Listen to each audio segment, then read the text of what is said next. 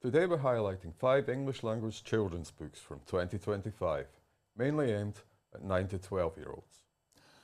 Because English reading levels vary a lot in Finland, these books can work for both younger and older readers, depending on confidence and interest. For each title, we'll give a short overview, look at who it's for, and talk about how we can use and recommend it in libraries and schools.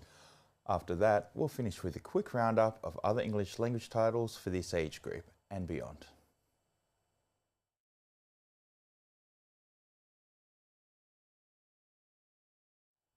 The first book we're going to introduce is The Last Pebble by Alex Horne. It's a gentle, clever little story with a mystery at its heart, and I think it fills a gap we often have when recommending books to upper primary readers who want something calm but engaging. We'll go through what it's about and why it works and how we could use it in our library work. This is a contemporary story set in Bognor Regis, and it follows a boy called Trader. After school, he goes beachcombing with his granddad, a lovely ritual that gives the book a warm, nostalgic feel. One day, he finds a pebble that seems different, and that small discovery becomes the book's central mystery. At the same time, he's dealing with friendship shifts and the move towards secondary school. It's quiet, it's gentle, but it has a really strong emotional core. One of the things I really appreciate is how many themes are handled with a light touch. Growing up, changing friendships, the reassuring presence of a grandparent. All of this comes through naturally. The Pebble mystery is very understated, but gives readers something to hold on to, and the book is perfect for inference. A lot of emotion is between the lines, which works well for both strong readers and those still developing confidence.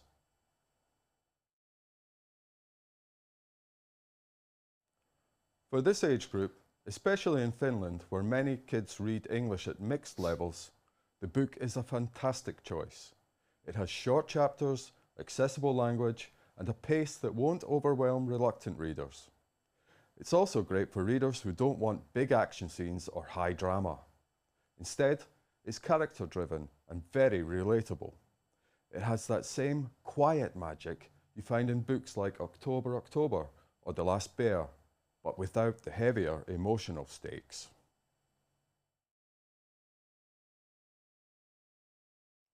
One of the things that makes this book particularly useful in English language reading programs is how clear the English is.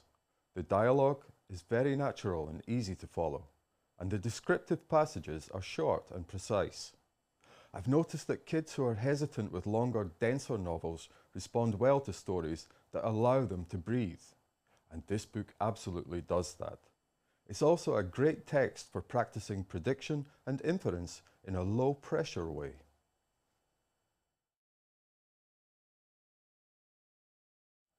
This is a book we can use in a lot of contexts.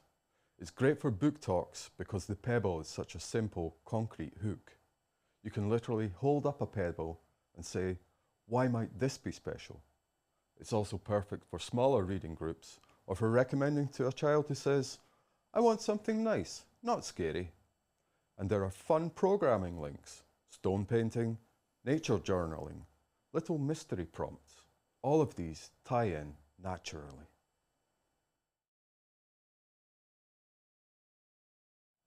For me, this is one of those books that reminds readers that everyday life has its own mysteries and meanings. It's emotionally safe, but not bland. It's accessible without talking down to the reader. And for us in public libraries, it's exactly the sort of book that helps build confidence, especially for kids starting to explore English reading on their own. I think it deserves a place in our toolkits, for class visits, for recommendations, and for displays.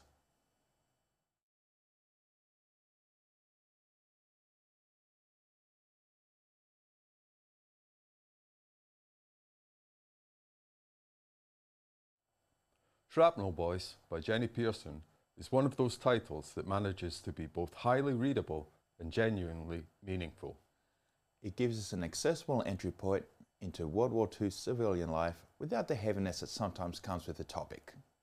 For mixed ability classes, especially in Finnish schools where English reading levels can vary widely, this is a very versatile option. And from a library perspective, it has exactly the right balance of humour, action and emotion to appeal to a broad range of readers.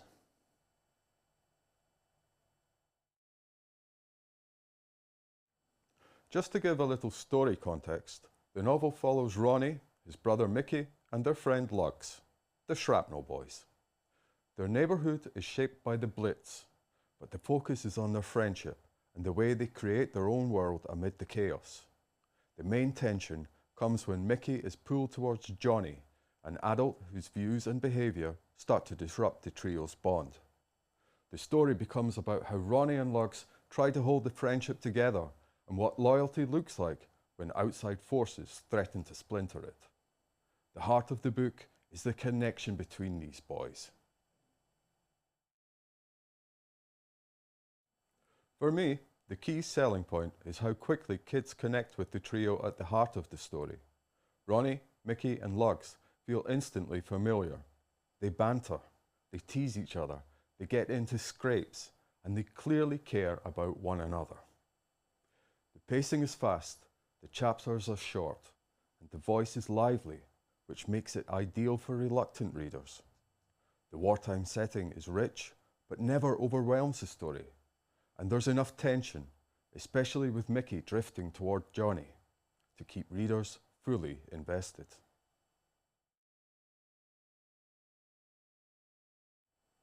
One of the reasons I like recommending this is that it supports so many curricular angles without requiring extra scaffolding.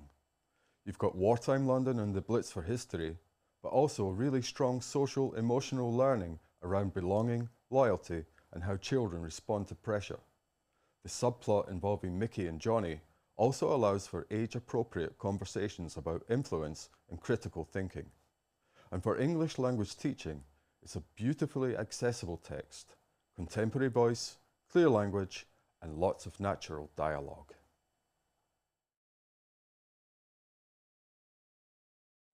When we're thinking about reading pathways, this is a book that works for a surprisingly wide range of students. It's great for reluctant readers because it moves quickly and has lots of humour. It's great for confident readers because the emotional layers are there if they want to dig deeper. It appeals to children who enjoy friendship stories and character-driven narratives, as well as those who like adventure, danger, and historical settings. In Finnish schools especially, where English reading habits vary so much, this one travels well across ability levels.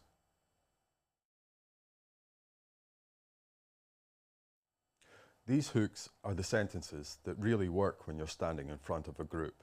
They're short, they're punchy, and they make kids curious. 3 boys turning wartime rubble into treasure works brilliantly because it frames the Blitz from a child's point of view. A brother drifting towards the wrong influence adds emotional stakes without giving away too much. And the idea of danger, boredom, and excitement all mixed together perfectly captures the atmosphere of the book. These are reliable lines you can drop into any book talk.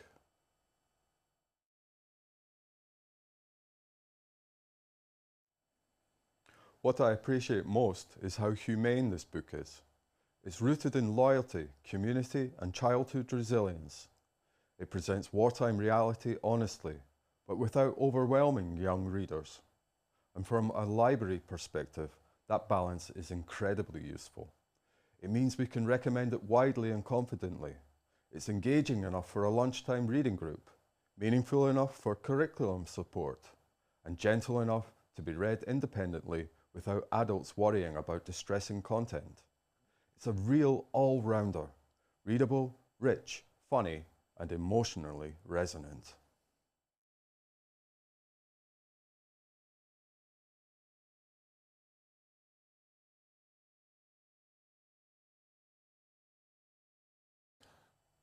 I Am Wolf by Alison Chisholm is a high-appeal middle-grade sci-fi title that blends action, world building, and strong character development. We want to highlight why it works so well for readers in that 9 to 12 age range, and how we can use it effectively in our library programming and book talking. This isn't just a plot summary, it's about professional usefulness, reader engagement, accessibility, and thematic depth.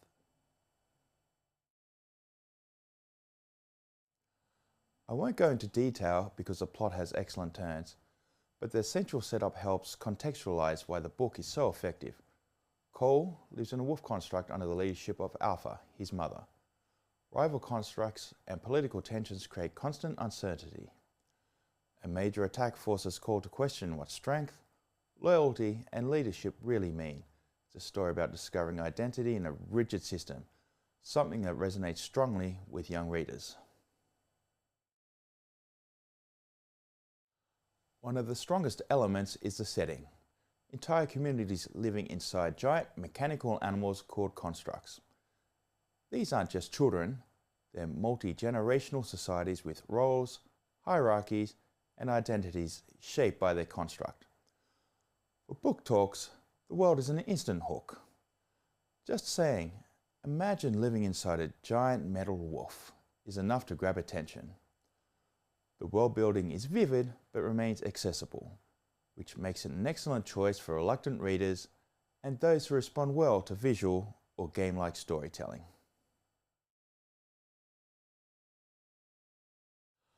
Cole is a really important protagonist for representation. He has a prosthetic arm and leg, and the book treats this as an integrated part of his identity, not a trauma story. Readers appreciate seeing a disabled hero who is active, yet capable, and central to the action. But Cole is also emotionally complex, struggling with belonging, family expectations, and self-worth.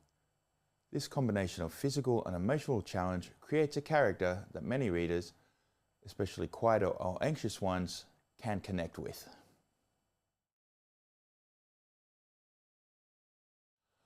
The themes work on two levels. They're exciting enough for young readers and rich enough for us to build programming around.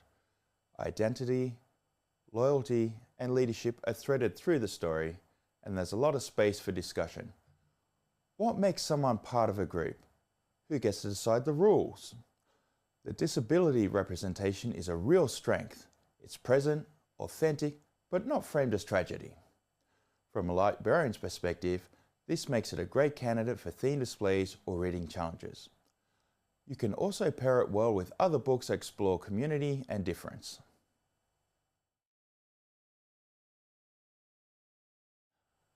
This book hits a sweet spot for middle grade. Short chapters, strong pacing, and clear stakes. It's easy to book talk because the setup is compelling, and young readers quickly understand the internal rules of the world. It's especially good for reluctant readers or gamers. The mechanical animals feel almost like playable factions, which helps with imagination and engagement. And importantly, it means emotional clarity without overwhelming younger or sensitive readers.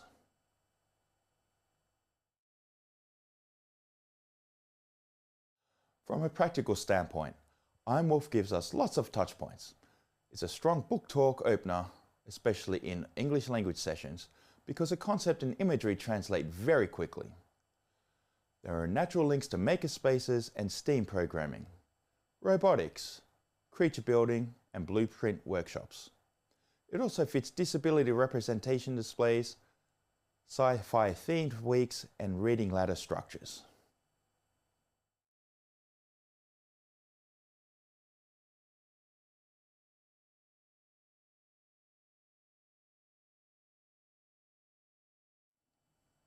Turtle Moon is Hannah Gould's newest middle grade novel, and like her earlier books, it blends emotional warmth with a strong sense of place and a gentle environmental message. Today we want to look at why this book works so well for young readers, but also why it deserves a place in our own library practice, whether that's through book talks, displays, or reading support. The story follows Silver, a girl whose family is going through a difficult time. They travel to Costa Rica for a fresh start, where Silver's dad has a short illustration job at a turtle rescue centre. Silver isn't sure she wants to be there at first, but becoming involved with the centre and getting to know the wildlife and the people slowly helps her build confidence. It's a story where the emotional arc develops gently, and nature plays a big role in helping the characters find their way forward.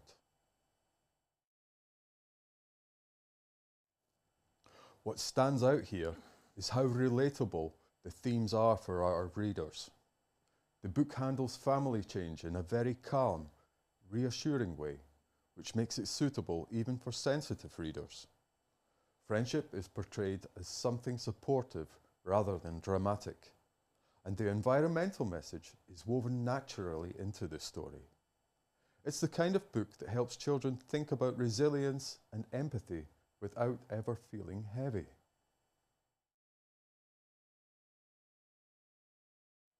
One of the things Hannah Gold does beautifully is create atmosphere. The Costa Rican setting is vivid without being overwhelming, and the chapters are short and very approachable. The emotional content is there, but it's handled lightly, so the book feels safe even when it touches on difficult family moments.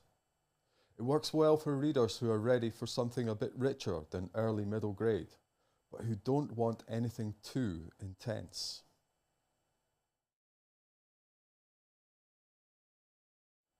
This is a great match for ages 9 to 12, especially readers who like animals or nature.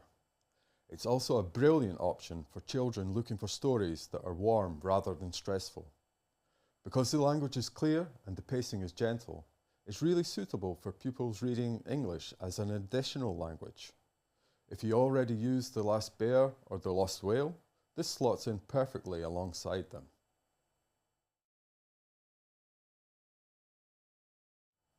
When I talk about the collection value of Turtle Moon, I like to stress how neatly it sits within our 9 to 12 shelves, especially alongside eco-fiction and gentle family stories. It also benefits from Hannah Gold's strong name recognition. Many children come to this book already trusting her as an author. And finally, it's a really useful title for readers who are ready to move on from lighter middle grade books, but aren't quite ready for anything too heavy. It bridges that gap very comfortably.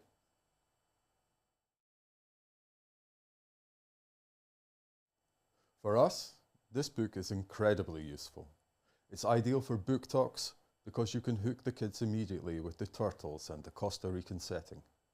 It also supports environmental education, and it opens up opportunities for cross-curricular moments with teachers.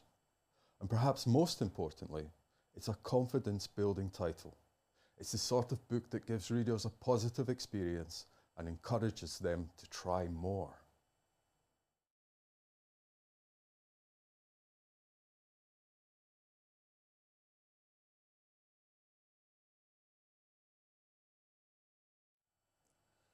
Now this is a book that really surprised us with how much heart it has. The Beck by Anthony McGowan is a small story in terms of scale, but it's doing something quite powerful. It explores nature, family, and courage in a really down-to-earth way. It's also a book that works beautifully in a library setting, especially if you're working with readers who respond to humour and accessible realism. So we thought it would be a good one to highlight today. So the story follows Kyle, who's been left with his slightly chaotic granddad for the day. Granddad shows him the Beck, this little stream behind the garden. And at first it seems tiny and unimportant, but Kyle realises how much care his granddad has put into restoring it. Then a development project threatens the whole thing, and at the same time a family emergency leaves Kyle more or less on his own to figure out what to do. It's a simple setup, but at least with surprisingly heartfelt moments.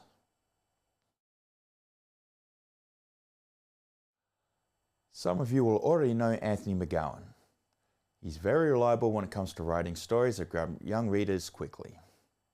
What I like about him is his balance, as he's funny and he's direct, but he's also not afraid of emotional weight. His books tend to appeal to that 11 to 14-year-old group who wants something real but not overwhelming. So the Beck fits very comfortably within what he does best.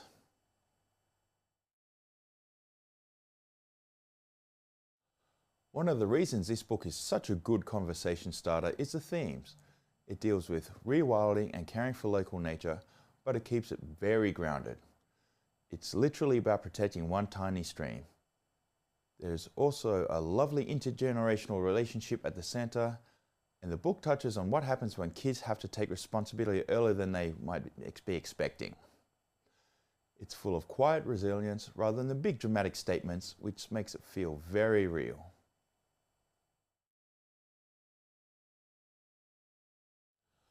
What I really appreciate here is the readability. Writing is very lively, funny, and very clear, and at the same time the story moves very quickly. It's a kind of book a young person can finish in an afternoon, but it still feels substantial. This makes it great for a wide range of readers, including those who might feel intimidated by longer novels or by English language fiction. It's contemporary, it's relatable, and it meets readers where they are.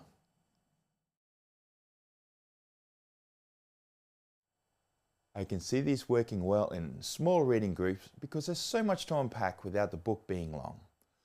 It also lends itself easily to displays about nature, wildlife, or activism, especially the idea that small actions matter. If you work with schools, there are natural links to geography or environmental science, and there's real potential for hands-on activities like creating eco-posters or exploring local waterways. It's a really flexible title.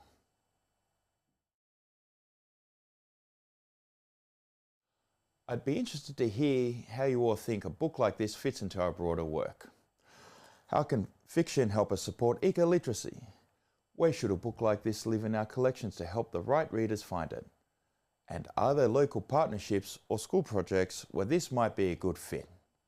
It also raises a question of reading pathways. What nature or activism themed books do we pair it with? So feel free to share your thoughts.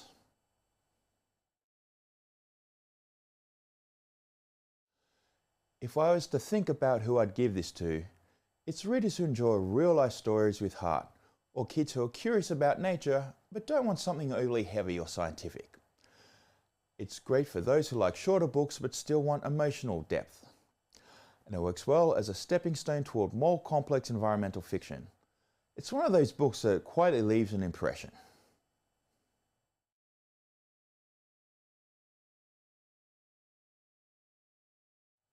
Have you seen these ones?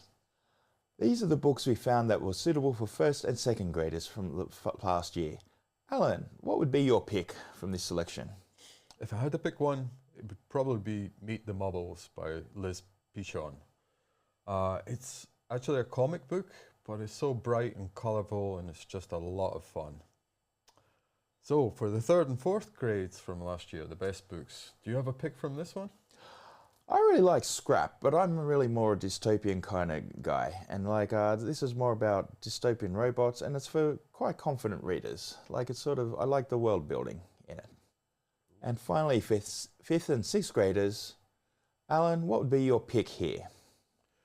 Well, it's a difficult one. These are all really good choices, but if I had to pick one, it was probably going to be Gloam by Jack Mackay.